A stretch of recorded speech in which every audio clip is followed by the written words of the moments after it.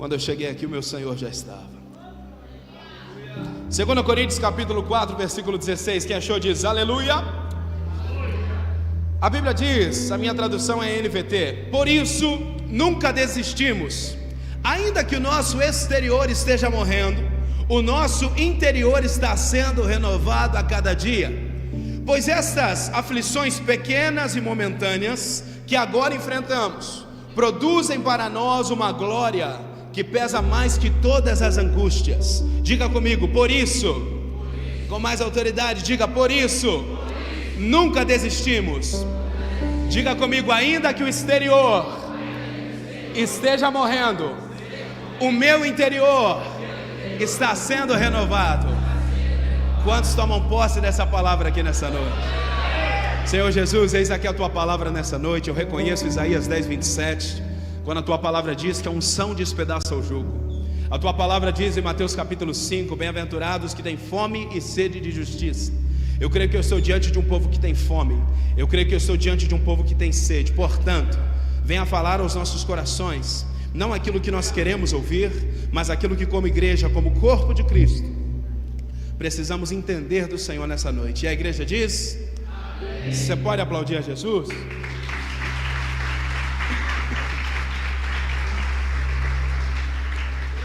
Quem está comigo nessa noite?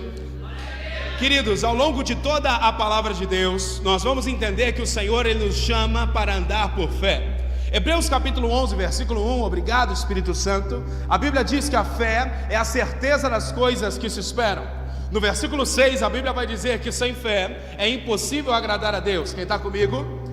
Tiago capítulo 2, versículo 26, obrigado Espírito Santo. A Bíblia vai dizer que a fé sem obras é morta. João capítulo 20, versículo 29, obrigado Espírito Santo. A Bíblia vai dizer, bem-aventurado os que não viram e creram. 2 Coríntios capítulo 5, no versículo 7, a Bíblia vai dizer que eu não vivo por aquilo que eu vejo, mas eu vivo por aquilo que eu creio. Você está comigo? E ao longo da Bíblia nós vamos entender que o Senhor nos chama para caminhar por fé. Romanos capítulo 1, versículo 17, diga obrigado Espírito Santo. A Bíblia diz que o justo ele vive pela fé. Mas é interessante perceber, Elias, você está comigo, Elias? Diga obrigado Espírito Santo. Obrigado Espírito Santo. Aleluia. É interessante perceber a primeira vez em que o Senhor afirma, ou melhor, a Bíblia afirma essa passagem. Em Abacuque capítulo 2, no versículo 4, obrigado Espírito Santo, é o próprio Deus que libera essa sentença. O Senhor chega para Abacuque e diz: o meu justo viverá da fé. Ou seja, essa é uma sentença que Deus liberou sobre a sua vida e sobre a minha vida, que a nossa fé é a nossa fé que determina o que eu e você vamos alcançar. Agora, pastor Wesley, o que é fé? A palavra fé, ela vem do grego pistis. Diga comigo, pistis. A palavra pistis no grego significa andar conforme Deus falou. É quando Deus libera uma palavra sobre a sua vida e Deus tem uma expectativa que eu e você, nós vamos andar debaixo dela. Quem está comigo nessa noite? Vocês estão comigo? A palavra fé no grego pistis vai dizer, vai nos ensinar que significa andar conforme Deus falou. Quantos aqui já receberam uma palavra, uma profecia, seja de uma tiazinha do coque, seja de alguém, aqui já recebeu uma palavra? Quantos aqui já receberam a mesma palavra 2 vezes? Quantos aqui já receberam a mesma palavra mais de 3 vezes? Quando Deus fala algo, na numerologia teológica, nós aprendemos que quando Deus fala algo pela primeira vez, Deus está ativando. Quando Deus fala a mesma coisa pela segunda vez, Deus está confirmando. Agora quando passa da terceira, o Senhor está alertando aquilo que eu e você esquecemos ou desobedecemos. Nessa parte ninguém dá amém, aleluia. Feita essa introdução, eu quero falar contigo nessa noite. O título da nossa mensagem é promessa versus realidade. Toda vez que você receber uma palavra, você precisa anotá-la. Abacuque capítulo 2, versículo 2, diga obrigado Espírito Santo. A Bíblia diz, escreve a visão. Diga para a pessoa que está do seu lado, escreve a visão. Diga para ela, tudo que Deus fala contigo, você precisa ter anotado. Alguém pode aplaudir a Jesus aqui nessa noite?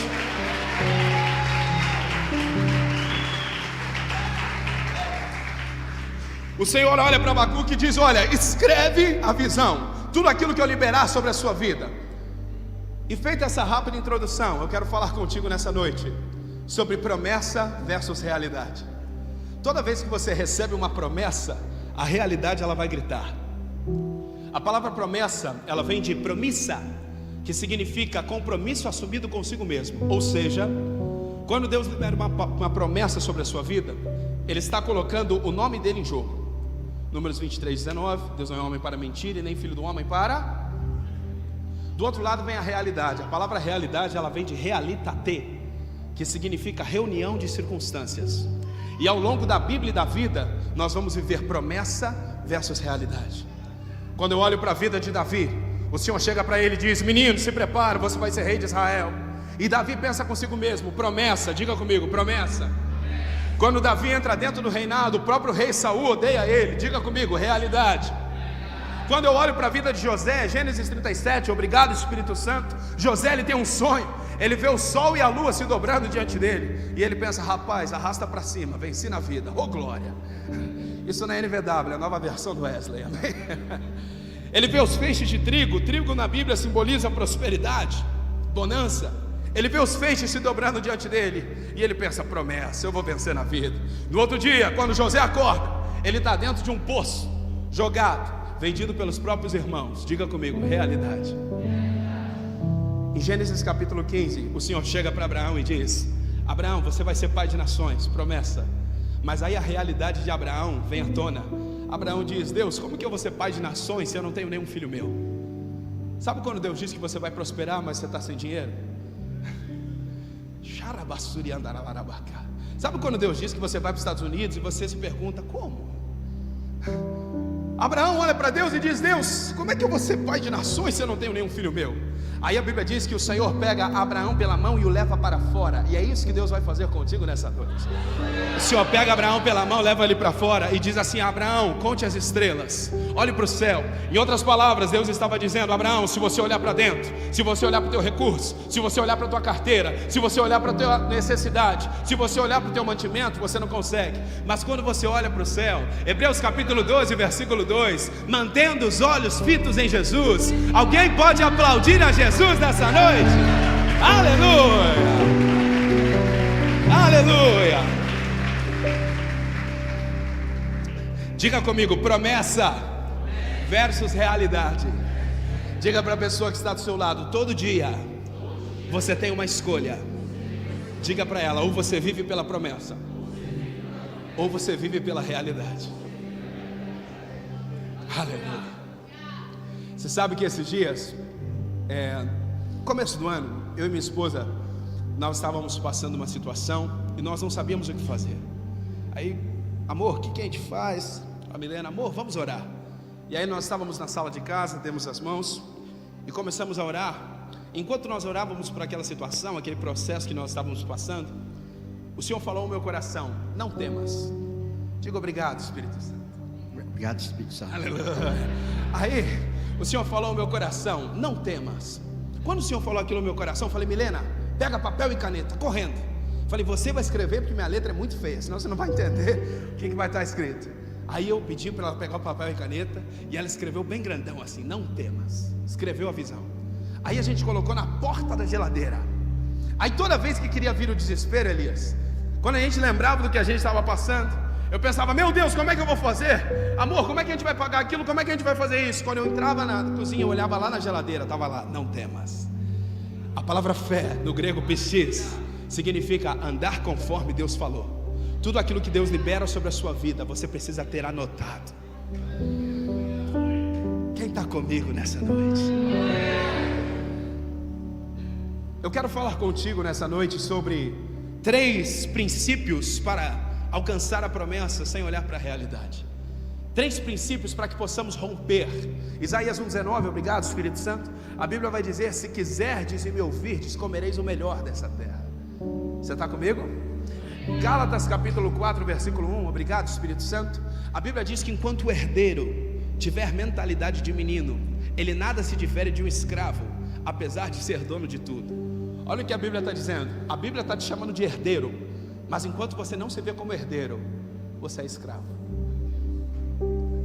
E eu quero falar contigo nessa noite sobre 3 atitudes suas, que vão te fazer, assim como Abraão, não olhar para dentro e olhar para fora, não olhar para o teu recurso e olhar para a promessa. A primeira atitude que eu e você precisamos tomar, se nós queremos alcançar a promessa: não espere que os outros acreditem. Diga comigo: eu não posso esperar que os outros acreditem. Quem está comigo nessa noite?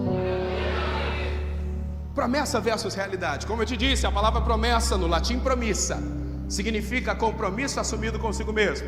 Do outro lado, realidade, reunião de circunstâncias. Quando eu olho para a vida de Noé, Gênesis capítulo 6, obrigado Espírito Santo. Quando eu olho para a vida de Noé, algo chama a minha atenção. O Senhor libera aquela palavra, você conhece a história sobre Noé. E Noé, ele escuta a voz de Deus por uma vez. Noé, ele não precisa de uma confirmação todo domingo. Noé, ele não precisa de uma confirmação toda quinta-feira para o culto ser bom. O Senhor fala com Noé uma vez, e Noé fica 100 anos debaixo de uma palavra. Você já parou para pensar, de repente, as pessoas que conversavam a respeito de Noé? Querido, 100 anos é uma geração. É pai, filho e neto passando e dizendo: vovô, quem que é esse doido aí? Esse é um doido. A gente estudou junto há uns anos atrás. Isso não é NVW, é a nova versão do Oeste. Ele diz que vai chover, e Noé debaixo de uma palavra. Noé parecia um bobo até o dia que começou a chover. Quem está comigo nessa noite? Para pensar comigo. Noé precisar convencer a sua família. Hebreus capítulo 11, o escritor de Hebreus vai dizer que nunca tinha chovido na terra.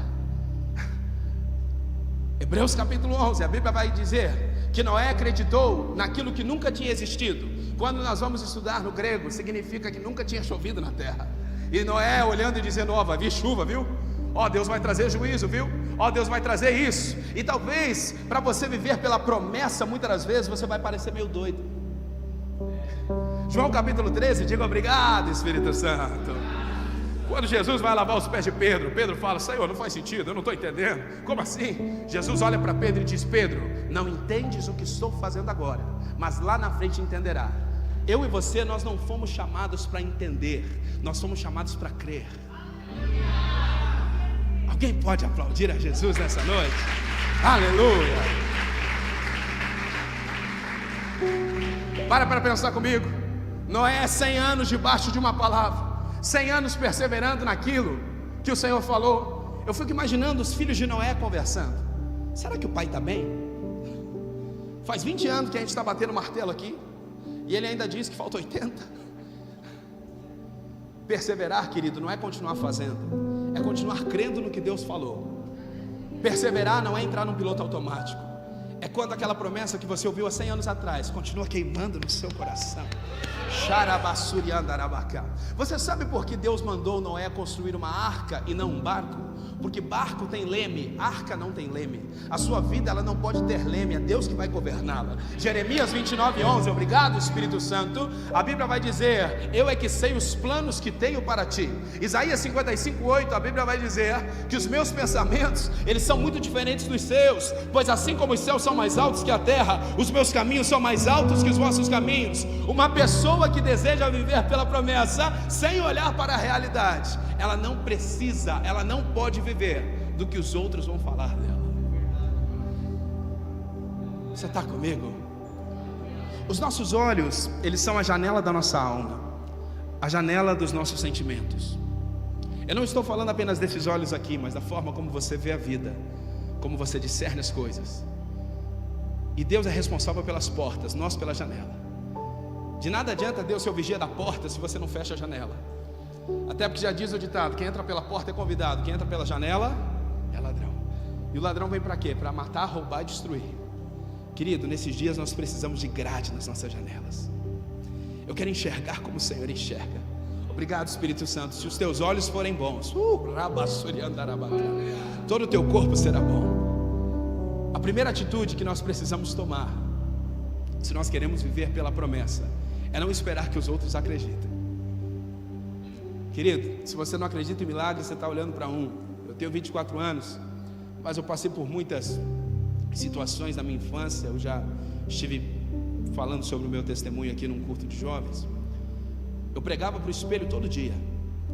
Eu dizia: Deus tem uma obra na sua vida. Como eu sou meio pentecostal, eu colocava a mão no espelho e caía para trás sozinho, na presença de Deus. Oh, glória! No azeite, que nem diz minha mãe. Eu não esperei que alguém acreditasse em mim. O Senhor era suficiente. Eclesiastes 11, verso 4, diga obrigado, Espírito Santo. A Bíblia diz que o agricultor que espera condição de tempo perfeita para semear, nunca semeia. Eclesiastes 11, verso 4. O agricultor que espera condição de tempo perfeita para semear, nunca semeia. Representa aquele tipo de gente: um dia eu creio, um dia eu faço, e a vida vai passando, e a vida vai passando. Tiago capítulo 2, versículo 26, obrigado Espírito Santo. A Bíblia vai dizer que a fé sem obras, ela é morta. Eu e você, se nós queremos andar pela promessa, sem olhar para a realidade, eu não posso viver do que os outros pensam sobre mim. Eu não posso viver sobre o que as pessoas depositam uma expectativa sobre mim e sobre você. Salmo 121, obrigado Espírito Santo. A Bíblia diz: eleva os meus olhos para os montes e me pergunto, de onde me virá o socorro? Muitas pessoas pensam que quando o salmista escreve, eleva os meus olhos para os montes, está falando da grandeza de Deus. E de fato Deus criou os montes, mas não nesse contexto. Esse salmo é um cântico de peregrinação, de quando o povo de Israel estava saindo para as festas de Jerusalém. E para ir às festas de Jerusalém, eles precisavam passar pelos montes. E os montes na Bíblia eram lugares perigosos. Eram lugares onde se escondiam os saqueadores. Eram lugares onde se escondiam os bandidos, os ladrões. Então quando o salmista escreve, eleva os meus olhos para os montes, ele não está falando eleva os meus olhos para a grandeza. Ele está dizendo, eleva os meus olhos para o problema, eleva os meus olhos para a ansiedade, eleva os meus olhos para o boleto, eleva os meus olhos para o meu amanhã, eleva os meus olhos para a angústia, eleva os meus olhos para a depressão. Então me pergunto, de onde me virá o socorro? Aí o salmista se lembra. Querido, você sabe o que eu vim fazer aqui nessa noite? Eu vim te lembrar de um Deus que é um socorro bem presente na hora da angústia. Alguém pode aplaudir a Jesus aqui nessa noite? Aleluia! Pergunta para a pessoa que está do seu lado: promessa ou realidade? Diga para ela: a escolha é tua. Ora, baixa. Deixa eu te falar algo. Na Bíblia não existe unção de coragem. Bênçãos, portas abertas, ministério, talento, tudo isso é algo que Deus libera sobre você. Coragem não. Em Josué capítulo 1, versículo 9, obrigado Espírito Santo. O Senhor não chega para Josué e diz: Josué, receba a unção de coragem. Não. O Senhor diz: Josué, esta é minha ordem. A palavra ordem, ela vem de shaquá, que significa sentença. E a sentença de Deus para Josué é: seja corajoso. Coragem é uma decisão. Coragem é uma decisão. Diga comigo: coragem é uma decisão. Quantos tomam posse dessa palavra aqui nessa noite? A primeira atitude, se eu e você queremos viver pela promessa, nós não podemos esperar que os outros acreditem. A segunda atitude que eu e você precisamos tomar, quem está sendo abençoado nessa noite aqui? A primeira atitude que nós precisamos tomar é não esperar que os outros acreditem. A segunda atitude, se eu quero viver pela promessa sem olhar para a realidade, eu não posso ser pego de surpresa. Eu não posso ser pego de surpresa. Se Deus prometeu que você vai para os Estados Unidos, você não tem que se preocupar com qual dinheiro, você já tem que estar com o passaporte na mão. Você está entendendo? Provérbios 21, verso 5, diga obrigado Espírito Santo. A Bíblia diz que quem planeja e executa prospera. Quem toma atalhos e espera fica pobre. Quem planeja e executa prospera. Quem toma atalhos e não faz nada fica pobre. Não seja pego de surpresa. Em 1 Samuel 17, quando Davi vai lutar contra Golias, Saul chega para ele e diz: como é que você vai lutar contra ele? Davi fala: fica tranquilo, isso não é surpresa para mim. Eu já matei leão e urso. Davi não foi pego de surpresa. Não seja pego de surpresa, querido. O seu papel é se preparar para a visão. Efésios 6,14, diga obrigado Espírito Santo. Obrigado, Espírito Santo. Efésios capítulo 6, versículo 14, a Bíblia vai nos falar sobre a armadura. Você conhece a armadura de Efésios 6? E sabe o que chama mais a minha atenção? Que a primeira atitude, a primeira coisa que existe na armadura não é a couraça, não é o sapato, não é o escudo, é a posição. A primeira coisa que o apóstolo Paulo escreve: mantenha a sua posição. Você tem que estar pronto. Você está comigo? Olha só, não posso nem mentir com obrigado Espírito Santo, porque está aqui atrás, né? Aleluia. Assim, mantenham a sua, com mais autoridade, mantenham a sua. Diga comigo, eu não posso ser pego de surpresa. Diga, eu tenho uma posição. Quem está comigo nessa noite? Aplauda Jesus, aplauda Jesus.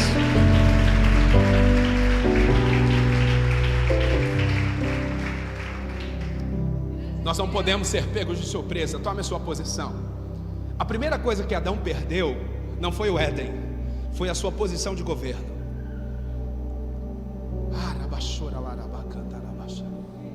O primeiro mandamento de Deus para o homem, em Gênesis 1:28, obrigado Espírito Santo, a Bíblia diz: governe, domine, seja frutífero.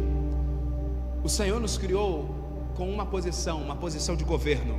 Salmo 8, verso 4, obrigado Espírito Santo. A Bíblia diz: quem é o homem para que com ele te importes? Lhe deste domínio sobre tudo. Existem situações que estão se igualando ao seu tamanho, quando na verdade você deveria ter autoridade sobre ela. Você precisa olhar para o problema nessa noite e dizer: olha, você é grande, mas você não é 2, e eu sou 2 porque Cristo vive em mim. Aleluia. O Senhor nessa noite, Ele deseja nos dar um batismo de autoridade. Agora, querido, autoridade não tem a ver com posição. Tem gente que tem posição, mas não tem autoridade. Quem tinha posição era Potifar, mas quem tinha autoridade era José. Quem tinha posição era Nabucodonosor, mas quem tinha autoridade era Daniel. Quem tinha posição era o rei Agripa no trono, mas quem tinha autoridade era Paulo algemado conversando com ele. Meu Deus do céu! Esse reino de Deus é uma loucura. Joga um beijinho para o céu, joga um beijinho para o céu.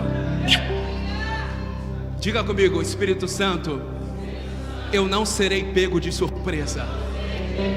Diga, eu estou preparado para a minha promessa. Alguém pode aplaudir a Jesus aqui? Aleluia, aleluia. O seu papel, querido, não é olhar para o que te falta, é olhar para o que você tem. O Senhor sempre vai trabalhar com o que você tem. Moisés, o que você tem na mão? Um cajado, usa ele. O que tem aí? 5 pães e 2 peixinhos, basta. É o que você tem. Quando Davi vai lutar com Golias, Davi, ele coloca a armadura de Saul e ele dá aqui, ó, 3, 4 passos. E ele diz: rapaz, não dá. Davi entendeu que ele era mais poderoso com a funda dele do que com a armadura de outra pessoa. Você é poderoso com o que Deus te deu. Aprenda a valorizar o que Deus te deu. Não seja pego de surpresa. Para a gente encerrar essa segunda parte, eu anotei aqui Mateus capítulo 25, a parábola das 10 virgens.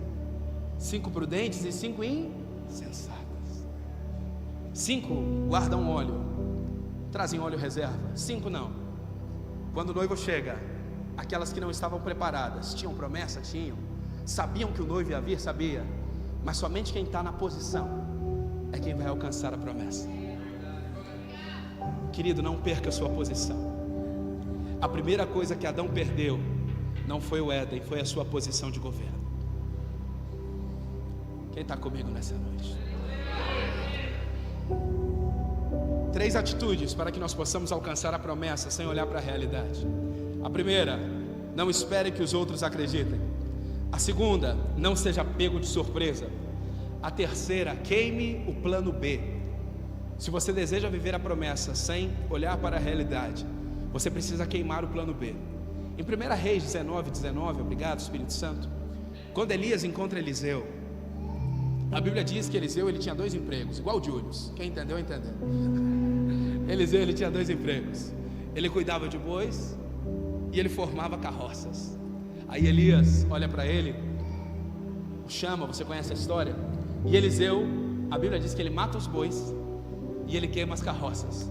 Por que Eliseu matou os bois e queimou as carroças? Porque talvez na primeira invertida que Elias desse nele, Eliseu ia dizer: quer saber, eu vou voltar a fazer o que eu estava fazendo. Talvez no primeiro desânimo que viesse: não, eu acho que eu me equivoquei, não é o que Deus tem não, eu vou voltar a fazer o que eu estava fazendo. Eliseu queimou o plano B. Quer alcançar a promessa? Não existe plano B. Não existe plano B. Não existe plano B. Isaías, obrigado Espírito Santo. A Bíblia diz em Isaías: pode o homem mudar aquilo que eu determinei? Espírito Santo, você já parou para se perguntar por que Moisés não chega de frente para o Mar Vermelho e o Mar Vermelho já não estava aberto? Você concorda comigo que eles iam poupar tempo? Você concorda comigo que eles iam poupar energia? Você concorda comigo que eles iam poupar ansiedade, desespero? Por que Moisés não chega de frente para o Mar Vermelho e o Mar Vermelho não está aberto? Porque muitas das vezes Deus gosta de deixar você de frente com a tua adversidade. Você olha para a direita, mar. Você olha para a esquerda, mar. Você olha para trás, os inimigos alcançando. Vamos parafrasear: você olha para trás, os boletos vencendo. E aí Deus te pergunta: e aí, promessa ou realidade? Novamente eu trago a existência, Gênesis 15. Abraão diz: Senhor, como é que eu vou ser pai de nações se eu não tenho nenhum filho meu? Talvez você entrou aqui nessa noite dizendo: Deus, como é que eu vou para os Estados Unidos, para a Inglaterra, com que dinheiro? Deus, como é que eu vou casar se ninguém me quer? Você está entendendo? Foi na alma essa, né? Aleluia. Promessa versus realidade. Nós precisamos entrar nesse lugar, queridos. Todo cristão, e aqui eu encerro, ele vai passar por 3 estágios: provação, perseverança e caráter aprovado. Coloca para mim Romanos capítulo 5, versículo 3. Quem está sendo abençoado aqui nessa noite? Romanos capítulo 5, no versículo 3. O apóstolo Paulo escreve: também nos alegramos ao enfrentar dificuldades e provar, pois sabemos que a provação contribui para desenvolvermos perseverança. Versículo 4. E a perseverança produz um caráter aprovado. São 3 ciclos, 3 estágios na vida de todo cristão. Faz assim com o dedinho: provação, perseverança e caráter aprovado. De novo: provação, perseverança e caráter aprovado. O primeiro sintoma de alguém que deseja alcançar a promessa sem olhar para a realidade é a aprovação. A palavra aprovação, ela vem de peirasmos, que significa teste da fé. Você sabe qual é a diferença entre a aprovação e a tentação? Todos os homens que foram provados na Bíblia, a Bíblia diz que Deus estava com eles. Mas todos aqueles que foram tentados, a Bíblia diz que eles estavam sozinhos. Porque na aprovação Deus te treina, na tentação Deus te testa. Na aprovação Deus está te capacitando, te treinando. Na tentação Deus está te testando. Santidade não é o quanto você tem de Deus, é o quanto Deus tem de você. Bem? Mas o período da aprovação é o período onde Deus realmente te conhece. Hebreus capítulo 5, versículo 8. Obrigado, Espírito Santo. A Bíblia vai dizer que Jesus aprendeu a obedecer pelo sofrimento. Ou seja, a aprovação é o período onde eu e você vamos aprender de verdade. Porque a aprovação, ela vai gerar perseverança. Quem está comigo? A aprovação, ela gera perseverança. Agora, perseverar, querido, não é precisar de confirmação todo culto. É simplesmente confiar naquilo que Deus falou. Toda vez que você prova Deus, Deus prova você depois. Pastor, me mostra na Bíblia. Mostra. Juízes capítulo 6, diga comigo: obrigado, Espírito Santo. O anjo do Senhor chega para Gideão e diz: Gideão, seja valente. Isso na NVW, a nova versão do Extra. Gideão, seja valente, o Senhor é contigo. E Gideão diz: ai meu Senhor. Diga comigo: ai meu Senhor. E Gideão diz: não sei se o Senhor é conosco mesmo. E o anjo do Senhor ele chega e diz: Gideão, o Senhor é contigo, o Senhor vai te usar para libertar os midianitas. E Gideão diz: ai meu Senhor. Aí Gideão, na NVW, ele diz: não é que eu não creia, mas molha esse orvalho para mim. No outro dia de manhã, Gideão acorda, o orvalho está molhado. Aí Gideão vê o orvalho, a lã, ele diz: Senhor, não é que eu não creia, mas dá para secar agora. No outro dia, quando Gideão acorda, o orvalho está seco. Quando Gideão sai para a guerra, oh glória, recebi as confirmações. Deus chega para ele e fala: calma aí, Gideão, não é que eu não creio em você, mas tem muito homem aí contigo. Fala, quem está com medo pode ir embora. Gideão provou o Senhor 2 vezes, e Deus provou ele 2 vezes. Toda vez que você prova Deus, Deus prova você depois. Porque Deus procura pessoas que acreditem na primeira vez. Querido, talvez você recebeu uma palavra há 40 anos atrás. Se ela ainda não se cumpriu, ela precisa estar queimando dentro do seu coração.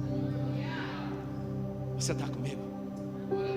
Para a gente encerrar, para você entender o que é o poder da palavra. Eu não falo isso de forma alguma para me gabar, mas o meu avô, ele foi um dos fundadores da Igreja do Brasil para Cristo. Tem aqui em São Paulo, tem, né? E o meu avô, ele estava preocupado em Guarapuava, Paraná, porque ele não tinha alguém que continuasse o ministério. Isso em 95, em 1995. Ele estava preocupado porque ninguém daria continuidade àquilo que ele começou. E ele estava em Guarapuava e um dia ele estava muito tenso. E uma profeta chega para ele e fala assim: pastor Valdivino Batista Ribas, não se preocupe, não se turbe o vosso coração, porque o teu sucessor vai nascer em novembro de 99. Eu nasci dia 24 de novembro de 99. E o senhor vai ver a primeira pregação dele. E quando o senhor vê a primeira pregação dele, o senhor vai falecer. Meses depois, eu acho que ele torceu para não pregar, né? Brincadeiras à parte, a minha primeira pregação foi em fevereiro de 2012. Meu avô faleceu em setembro de 2012. Por que eu estou te dizendo isso? Para que você possa entender que uma vez que foi liberada uma palavra, não importa o tempo que passe. Provérbios 27:12. Obrigado, Espírito Santo. O desavisado, ele passa sem perceber, mas Deus que é sábio antevê as coisas e nos faz desviar. Querido, Deus antevê as coisas. Diga para a pessoa: para de se preocupar. Diga para ela: Deus antevê as coisas. Quantos tomam posse dessa palavra aqui nessa noite?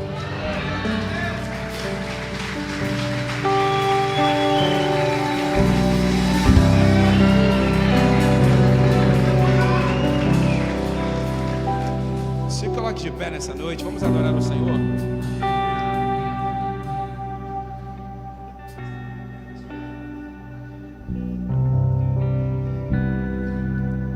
Feche seus olhos, coloque a mão em seu coração. Queria chamar aqui à frente os pastores, líderes que estão aqui.